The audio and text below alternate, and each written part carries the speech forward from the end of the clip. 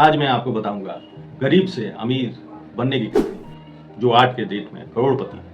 राहुल की मेहनत और दृढ़ संकल्प। यह कहानी एक साधारण युवक राहुल की है, जो गरीबी में पला बढ़ा, लेकिन अपने कठोर निर्णय और संघर्ष से अमीरी के ऊंचाइयों तक पहुंचा। नमस्कार दोस्तों, मैं दिलीप सिंह, के ट्रस्ट फाइनेंस में आपका स्वागत।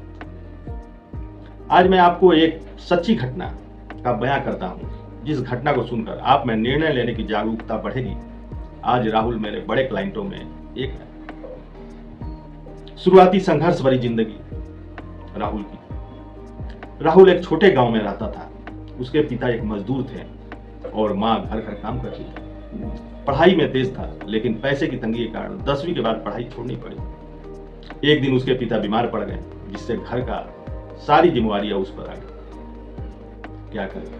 पहला कठोर निर्णय नौकरी नहीं, खुद का काम करना है। राहुल के दोस्त ने उसे एक फैक्ट्री में नौकरी दिलाने का प्रस्ताव दिया, लेकिन उसने ठान लिया कि वह अपनी मेहनत से खुद का काम करेगा। उसने शहर जाकर एक चाय की दुकान पर काम करना शुरू किया और वहां के ग्राहकों को ध्यान से देखने लगा। उसने देखा कि बिजनेसमैन हमेशा कुछ नया सोचते हैं, अलग तरीके का सोचते हैं। पहली सफलता, छोटी शुरुआत, बड़ा सपना। राहुल ने थोड़ी बचत करके मोबाइल रिपेयरिंग का काम सीखना शुरू किया।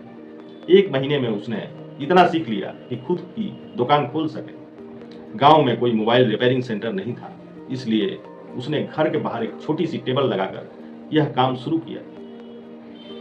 दूसरा कठोर निर्णय, कर्ज लेकर बिजनेस बढ़ाना।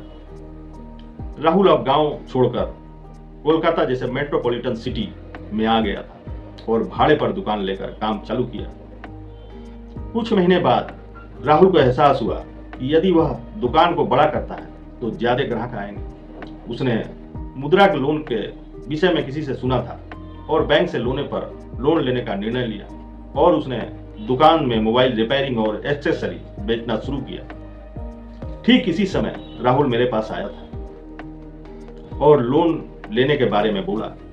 मैंने उसे मुद्रा लोन के बारे में बतलाया और उसको मैंने लोन के डॉक्यूमेंट्स, पेपर्स के बारे में बतलाया।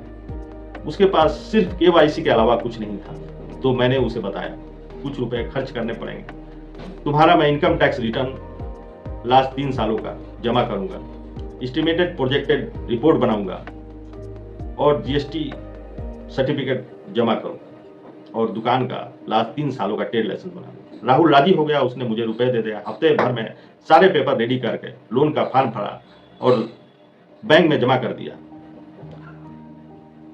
और 5 दिनों में 10 लाख का लोन पास हो गया। और मैंने राहुल को बैंक बुलाकर उसका अकाउंट उस बैंक में खुलवाया, क्योंकि लोन CC लिमिट था, इसलिए बैंक में अकाउंट खोलना ही पड़ा। राहुल को खुशी का ठिकाना नहीं था। ठीक उस दिन मैंने चीफ मैनेजर को बोलकर 5 लाख रुपए उसके अकाउंट में डलवाया और कैश काउंटर से रुपए मिल गए। बाद में उसने 10 लाख रुपए का सामान और जरूरी चीजें दुकान में भरा। ये घटना अगस्त 2016 की है।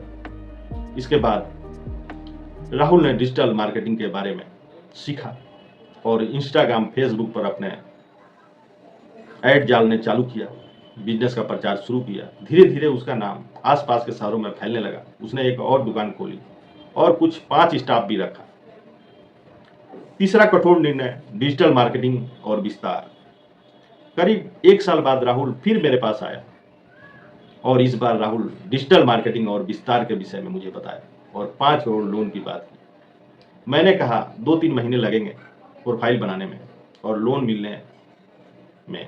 वो राजी हो गया। मैंने थर्ड पार्टी प्रॉपर्टी की व्यवस्था की, फाइल मजबूत किया और 45 दिनों में 4.5 करोड़ के आसपास मैंने लोन सैंक्शन करवा दिया।